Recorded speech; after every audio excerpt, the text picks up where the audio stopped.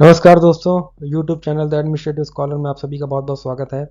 आज के इस लेक्चर में हम लोग ये समझने का प्रयास करेंगे कि सिविल सर्विसेज क्या है और आखिर में भारत में कितने प्रकार की सिविल सर्विसेज पाई जाती हैं। तो बेसिकली अगर हम लोग सिविल सर्विसेज की बात करें तो सिविल सर्विसेज बेसिकली वह सर्विस है जो ना तो राजनीतिक है, ना ही न्यायिक है और ना ही सैन्य है।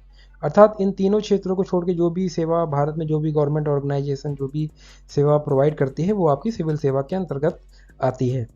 तो अगर हम लोग सिविल सर्विसेज की बात करें भारत में, तो बेसिकली पहला हम लोग बात करेंगे ऑल इंडिया सर्विसेज के बारे में।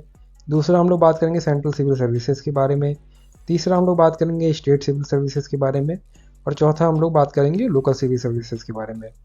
तो सेंट्रल लेवल पे हमको दो सेवा यहाँ पे देखने को मिल रही है, ऑल इंडिया सर्विसेज और दूसरा है आपका सेंट्रल सिविल सर्विसेज।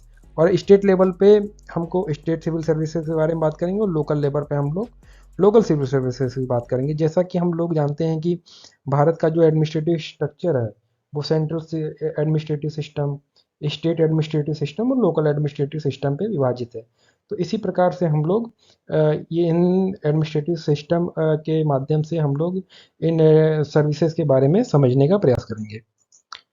तो सबसे पहले अगर हम लोग बात करें ऑल इंडिया सर्विसेज की, तो ऑल इंडिया सर्विसेज बेसिकली वह सेवा होती है जो ना ही केवल आपकी सेंट्रल में आप अपनी सेवा प्रोवाइड करवाती है, बल्कि आपका स्टेट में भी अपनी सेवा प्रोवाइड करवाती है। जैसे अगर इसमें यूपीएससी के थ्रू कोई एस्पिरेंट चयनित हो जाता है तो उसको एक कैडर असाइन होता है। कैडर ऐसा मान लीजिए यूपी कैडर है, उत्तराखंड कैडर है, हरियाणा कैडर है। तो कुछ समय के लिए वो अपने होम कैडर में सेवा देगा और फिर वो एस्पिरेंट और वो होम कैडर में सेवा देने के बाद कुछ समय बाद वो सेवक अपनी सेवा कहाँ पे देगा, डेपुटेशन के रूप में सेंट्रल में अपनी सेवा देगा। तो अगर हम लोग ऑल इंडिया सर्विसेज की बात करें तो all India services basically Bharat में तीन है। पहला है आपका इंडियन एडमिनिस्ट्रेटिव सर्विस, दूसरा है आपका इंडियन पुलिस सर्विस और तीसरा है आपका Indian forest service. Indian administrative service और इंडियन पुलिस सर्विस के जो सेवक होते हैं, जो प्रोफेशनल्स होते हैं, जो प्रोफेशनल्स होते हैं, उनका चयन आपका सिविल सर्विसेज एग्ज़ाम के थ्रू होता है। और इंडियन फॉरेस्ट सर्विस के प्रोफेशनल्स का और प्रोफेशनल्स का आपका चयन किससे होता है, आपका Indian forest FO services exam के तहत होता है। सबसे पहले अगर हम लोग बात करें इंडियन एडमिनिस्ट्रेटिव सर्विस की, तो बेसिकली इंडियन एडमिनिस्ट्रेटिव सर्विस जैसा कि मैंने बताया यूपीएससी के सिविल सर्विसेज एग्ज़ाम के तहत इनके प्रोबेशनर्स का चयन होता है। प्रोबेशन पीरियड में सबसे पहले ये लोग sub divisional of magistrate HDM के रूप में कार्य करते हैं। उसके बाद प्रोबेशन पीरियड खत्म होने के बाद इनको एडिशनल डिस्ट्रिक्ट मजिस्ट्रेट का चार्ज दिया जाता है। सब डिविजनल मजिस्ट्रेट बेसिकली आपका सब डिवीजन डिस्ट्रिक्ट को विभिन्न सब डिवीज़न में डिवाइड कर दिया जाता है। तो उसके तहत आपका एक सब डिवीज़न का प्रमुख आपका कौन बनता है, सब डिविजनल मजिस्ट्रेट बनता है। और यहाँ पे मजिस्ट्रेट क्यों वर्ड यूज़ किया जा रहा है, क्योंकि मजिस्ट्रेट बेसिकली वह पद होता है जिसके पास कानून व्यवस्था को बनाए रखने के लिए डिसीजन लेने की शक्ति होती है। तो सब डिविजनल मजिस्ट्रेट के बाद आपका additional district magistrate, additional district magistrate के बाद district magistrate. District magistrate basically क्या होता है, एक ज़िले का मुखिया होता है प्रशासन का।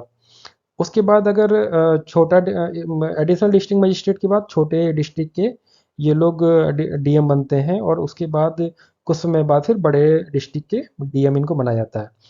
डिस्ट्रिक्ट के बाद आपका डिविजनल कमिश्नर की विभिन्न स्टेटों को विभिन्न डिविजन्स में डिवाइड किया जाता है। जैसे मान लीजिए उत्तर प्रदेश में 18 उत्तर प्रदेश को 18 डिवीज़न में डिवाइड किया गया है। उत्तराखंड को दो दो डिवीज़न में डिवाइड किया गया है, आपका कुमायूं डिवीज़न और आपका गढ़वाल डिवीज़न। तो डिस्ट्रिक्ट मजिस्ट्रेट के बाद आपका कौन सा पद आता है, डिविजनल कमिश्नर का पद आता है। तो डिस्ट्रिक्ट के बाद आपका डिविजनल कमिश्नर जो होता है वो 4-5 ज़िले का आपका मुखिया होता है। वो अलग अलग ज़िले, अलग अलग स्टेट के हिसाब से ये वैरी करता है। कहीं कहीं पे 4-5-6-7 तक डिस्ट्रिक्ट को मिला के एक डिवीज़न बना दिया जाता है। तो डिस्ट्रिक्ट के बाद आपका कौन सा पद, डिस्ट्रिक्ट मजिस्ट्रेट के बाद आपका कौन सा पद है, डिविजनल कमिश्नर का पद है। और जो प्रशासनिक हम लोग हायरार्की की बात कर रहे हैं, प्रशासनिक स्ट्रक्चर की बात कर रहे हैं, तो एक स्टेट को हम लोग विभिन्न डिवीज़नों में डिवाइड करते हैं। डिविजनल कमिश्नर के बाद आपका फिर अगर डेपुटेशन के तहत सेंट्रल में जा रहे हैं तो यहाँ पे बेसिकली मैं सेंट्रल की हायरार्की के बारे में बात कर रहा हूँ। स्टेट की हायरार्की के बारे में हम लोग फिर कभी बात करेंगे। तो डिविजनल कमिश्नर के बाद आपका जो स्पेशल सेक्रेटरी के रूप में सेंट्रल गवर्नमेंट में सेंट्रल सेक्रेटरीट में आपका जो आईएएस ऑफिसर होते हैं वो जाते हैं। उसके बाद स्पेशल सेक्रेटरी के बाद सेक्रेटरी, सेक्रेटरी के बाद आपका cabinet secretary. Cabinet secretary basically आपका सबसे बड़ा प्रशासनिक पद है। सिविल सेवा के क्षेत्र में जो भारत में सबसे बड़ा पद है वो आपका कैबिनेट सेक्रेटरी का होता है। और कैबिनेट सेक्रेटरी ही भारत में सबसे बड़ा और सबसे ज़्यादा शक्तिशाली आपका प्रशासनिक पद कहा जाता है। तो यहाँ पे हम लोग ने इंडियन एडमिनिस्ट्रेटिव सर्विस के बारे में समझने का प्रयास किया कि उसकी क्या हायरार्की है, या रिक्रूटमेंट के बाद कैसे कैसे वो विभिन्न स्तर पर अपनी सेवा और किस प्रकार से उनका प्रमोशन होता है। इसके बाद अगर हम लोग बात करें इंडियन पुलिस सर्विस की, तो इंडियन पुलिस सर्विस से के का भी जो ऑफिसर्स होते हैं इंडियन पुलिस सर्विस के, उनका भी चयन आपका यूपीएससी के सिविल सर्विसेज एग्जाम के तहत ही होता है। प्रोबेशन पीरियड में deputy superintendent of police, deputy superintendent police basically district के सर्कल का, डिस्ट्रिक्ट को विभिन्न सर्कलों में डिवाइड किया जाता है। तो डिस्ट्रिक्ट के जो सर्कल का जो मुखिया होता है वो आपका डेप्यूटी सुपरिटेंडेंट ऑफ पुलिस होता है। उसके बाद आपका एडिशनल सुपरिटेंडेंट ऑफ पुलिस, तो सुपरिटेंडेंट ऑफ पुलिस के लिए एडिशनल सुपरिटेंडेंट ऑफ पुलिस का पद बनाया गया है। और आपका उसके बाद सुपरिटेंडेंट ऑफ पुलिस जो छोटे ज़िले होते हैं उनका जो मुखिया होता है वो आपका सुपरिटेंडेंट ऑफ पुलिस होता है। जो बड़े ज़िले होते हैं तो डेप्यूटी सुपरिटेंडेंट ऑफ पुलिस के बाद जो आईपीएस के पर्सनल्स होते हैं उनको एडिशनल सुपरिटेंडेंट ऑफ पुलिस के रूप में प्रमोट किया जाता है प्रोबेशन पीरियड के बाद, और 2 से 3 साल रहने के बाद वो लोग सुपरिटेंडेंट ऑफ पुलिस बनते हैं। इसके छोटे ज़िले के सुपरिटेंडेंट ऑफ पुलिस बनते हैं। उसके बाद कुछ समय बिताने के बाद फिर उनको बड़े बड़े ज़िले के बड़े ज़िले का सीनियर सुपरिटेंडेंट ऑफ पुलिस के रूप में बना के उनको अपॉइंट किया जाता है। इसके बाद अगर हम लोग बात करें तो विभिन्न स्टेट को, अगर हम लोग पुलिस एडमिनिस्ट्रेशन के डिवीज़न की बात करें, पुलिस एडमिनिस्ट्रेशन को कैसे विभिन्न स्टेटों में डिवाइड किया जाता है, तो सबसे पहले स्टेट के अंतर स्टेट को विभिन्न रेंजों में बांटा जाता है, और विभिन्न स्टेट को विभिन्न आपका जोन्स में बांटा जाता है, और जोन्स के बाद किस में बांटा जाता है, रेंज में बांटा जाता है। तो सीनियर सुपरिटेंडेंट ऑफ पुलिस किसका मुखिया हुआ, एक बड़े डिस्ट्रिक्ट का मुखिया हुआ। और डिस्ट्रिक्ट के बाद क्या आता है, आपका रेंज आता है। 4 से 5 डिस्ट्रिक्ट को मिला के क्या बनता है, आपका रेंज बनता है। ये विभिन्न स्टेट और एडमिनिस्ट्रेटिव डिफ़िकल्टीज़ के हिसाब से विभिन्न ये रेंजों के जो 4-5 डिस्ट्रिक्ट का जो क्रम है उसको अलग, कहीं पे 4 डिस्ट्रिक्ट को मिला के बना दिया जाता है, कहीं पे 5-6 भी डिस्ट्रिक्ट को मिलाकर एक रेंज बना दिया जाता है। तो स्टेट को किस में डिवाइड किया गया, जोन में डिवाइड किया। जोन में डिवाइड किया गया, जोन को किस में डिवाइड किया, आपका रेंज में डिवाइड किया गया। तो रेंज के बाद आप रेंज का जो मुखिया होगा वो आपका डीआईजी होगा, director inspector general of police होगा। और रेंज के बाद आपका जोन्स आते हैं, और जोन्स का मुखिया कौन होता है, इंस्पेक्टर जनरल ऑफ पुलिस होता है। इंस्पेक्टर जनरल ऑफ पुलिस के बाद ये लोग प्रमोट करके क्या बनते हैं, प्रमोशन के बाद क्या बनते हैं, additional director general of police बनते हैं। Additional director ADG of police DG की विभिन्न कार्यों में मदद करता है, और कहीं कहीं पे इनको विभिन्न दायित्व भी सौंपे जाते हैं। उसके बाद आपका डायरेक्टर जनरल ऑफ पुलिस होता है। Additional director general of police के बाद आपका डायरेक्टर जनरल ऑफ पुलिस होता है। डायरेक्टर जनरल ऑफ पुलिस किसी भी स्टेट का सबसे बड़ा पुलिस प्रशासन का अधिकारी होता है। तो इसके बाद भी हम लोग देखते हैं कि स्टेट में पुलिस सेवा के रूप में भी देने के बाद ये लोग सीबीआई में भी जा सकते हैं, और आईबी में भी अपनी सेवाएं देते हैं आईपीएस अधिकारी। तो इस प्रकार से हम लोग देखते हैं कि एक आईपीएस अधिकारी भी स्टेट में भी अपनी सेवा दे रहा है, उसके साथ साथ वो सेंट्रल में भी अपनी सेवा दे रहा है।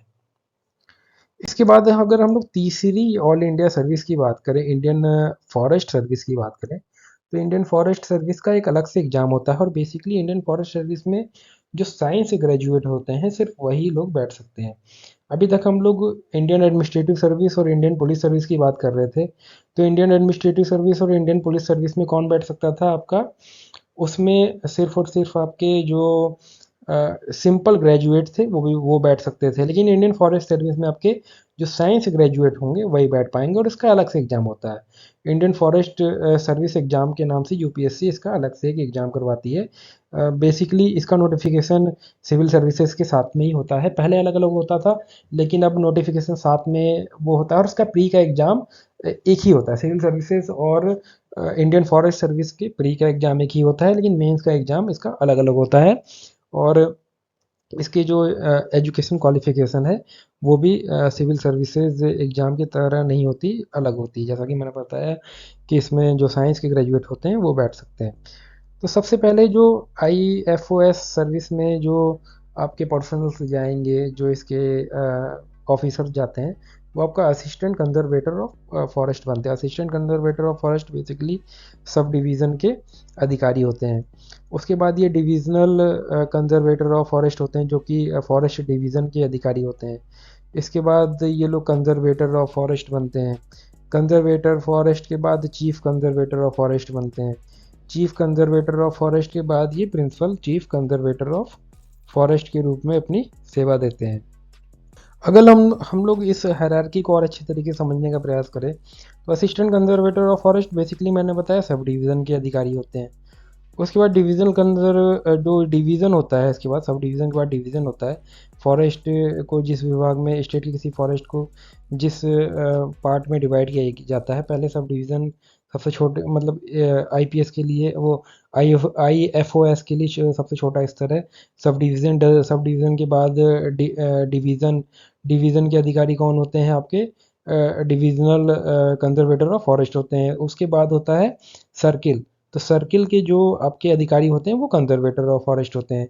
और उसके बाद कंजर्वेटर ऑफ फॉरेस्ट के बाद जो चीफ कंजर्वेटर ऑफ फॉरेस्ट होते हैं वो आपके मंडल के अधिकारी होते हैं। स्टेट को विभिन्न मंडलों में डिवाइड कर दिया जाता है। मंडलों को फिर किस में डिवाइड किया जाता है? मंडलों को डिवाइड किया जाता है आपका सर्किल में।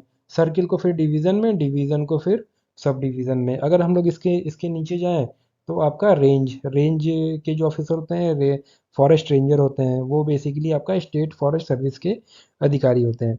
तो जो आईएफओएस के तहत जो अधिकारी आपके जाते हैं वो असिस्टेंट कंजर्वेटर ऑफ फॉरेस्ट के रूप में अपनी सेवा से स्टार्ट करते हैं। बेसिकली प्रोबेशन पीरियड में उनको विभिन्न पद भी दिए जाते हैं, दायित्व भी दिए जाते हैं, लेकिन मेनली हम लोग ये देखते हैं कि असिस्टेंट कंजर्वेटर ऑफ फॉरेस्ट से ही वो अपनी सेवा स्टार्ट करते हैं। उसके बाद डिवीज़न, फिर कंजर्वेटर ऑफ फॉरेस्ट, फिर चीफ कंजर्वेटर ऑफ फॉरेस्ट, उसके बाद principal chief conservator of forest, PCCF। तो यहाँ पे हमने ये देखा कि फॉरेस्ट के एक स्टेट के फॉरेस्ट को हमने मंडल में डिवाइड किया। मंडल को फिर हमने किस में डिवाइड किया? आपका डिवीज़न में मंडल को फिर हमने आपका सर्कल में डिवाइड किया। सर्कल को फिर हमने डिवीज़न में डिवाइड किया। डिवीज़न को फिर हमने सब डिवीज़न में डिवाइड किया। तो बेसिकली हम लोगों ने ऑल इंडिया सर्विसेज के बारे में अभी तक हम लोगों ने जाना। इसके बाद हम लोग अब समझने का, अगर हम लोग सेंट्रल सिविल सर्विसेज की बात करें, तो सेंट्रल सिविल सर्विसेज बेसिकली वह सेवा होती है जो जो अपनी सेवा सिर्फ और सिर्फ सेंट्रल अर्थात केंद्र सरकार को ही प्रोवाइड करवाती है। इसके जो सेवक होते हैं वो अपनी सेवा आपका स्टेट गवर्नमेंट को नहीं प्रोवाइड करवाते हैं, वो सिर्फ और सिर्फ पूरी ज़िंदगी अपना सेंट्रल में ही अपनी सेवा देते हैं। तो इसके अंतर्गत यूपीएससी विभिन्न प्रकार के सेंट्रल सिविल सर्विसेज का एग्ज़ाम करवाती है। सेंट्रल जो सिविल सर्विसेज एग्ज़ाम होता है उसके तहत भी काफ़ी आपकी सेवा सेंट्रल सिविल सर्विसेज की है, और इसके अलावा भी काफ़ी एग्ज़ाम सेंट्रल सिविल सर्विसेज की यूपीएससी करवाती है। जैसे इंडियन स्टैटिस्टिकल सर्विस हो गया, इंडियन इंजीनियरिंग सर्विस हो गया, तो इस नाम से भी काफ़ी एग्ज़ाम यूपीएससी करवाती है। इसके बाद अगर हम लोग देखें, अगर हम लोग कुछ मेन सेंट्रल सिविल सर्विसेज की बात करें, तो इंडियन फॉरेन सर्विस हो गया, जिसके जो प्रोफेशनल्स होते हैं, जो इसके पर्सनल्स होते हैं, वो आपका डिप्लोमेट्स के रूप में विदेश में अपनी सेवा देते हैं। उसके बाद इंडियन रेवेन्यू सर्विस एग्जाम्पल के रूप में अगर हम लोग देखें, तो असिस्टेंट इनकम टैक्स कमिश्नर। उसके बाद आपका इंडियन रेलवे ट्रैफिक सर्विस, इसके तहत आपका रेलवे मैनेजर, और उसके बाद फिर डिविजनल रेलवे मैनेजर के रूप में इसकी पर्सनल कार्य करते हैं। उसके बाद आपका Indian audit and account service, उसके बाद Indian civil account service, Indian corporation law service, Indian defence account service, Indian defence estate service. तो ये सब कुछ सर्विसेज थी जो सेंट्रल सिविल सर्विसेज थी, जिसका एग्जांपल के रूप में मैंने आपके समक्ष प्रस्तुत किया कुछ सेंट्रल सिविल सर्विसेज। तो आज के इस लेक्चर में हम लोगों ने बात किया ऑल इंडिया सर्विसेज के बारे में और सेंट्रल सिविल सर्विसेज के बारे में। हमने ये भी जानने का प्रयास किया कि ऑल इंडिया सर्विसेज क्या है, और हमने ये भी जानने का प्रयास किया कि सेंट्रल सिविल सर्विसेज क्या है। और इसके बारे में हम लोगों ने इस लेक्चर में विस्तार से चर्चा की इन दोनों ही सर्विसेज के बारे में एग्जाम्पल्स के साथ। तो उम्मीद है कि लेक्चर आप लोगों को पसंद आया होगा। अगर ये लेक्चर पसंद आया है तो इस चैनल को सब्सक्राइब करें और लाइक करें इस वीडियो को, और अधिक से अधिक शेयर करने का प्रयास करें। तो चलिए मिलते हैं फिर अगले वीडियो में इसी से संबंधित, इसी सिविल सेवा संबंधित अगले वीडियो में। चलिए फिर मिलते हैं नेक्स्ट वीडियो में। धन्यवाद।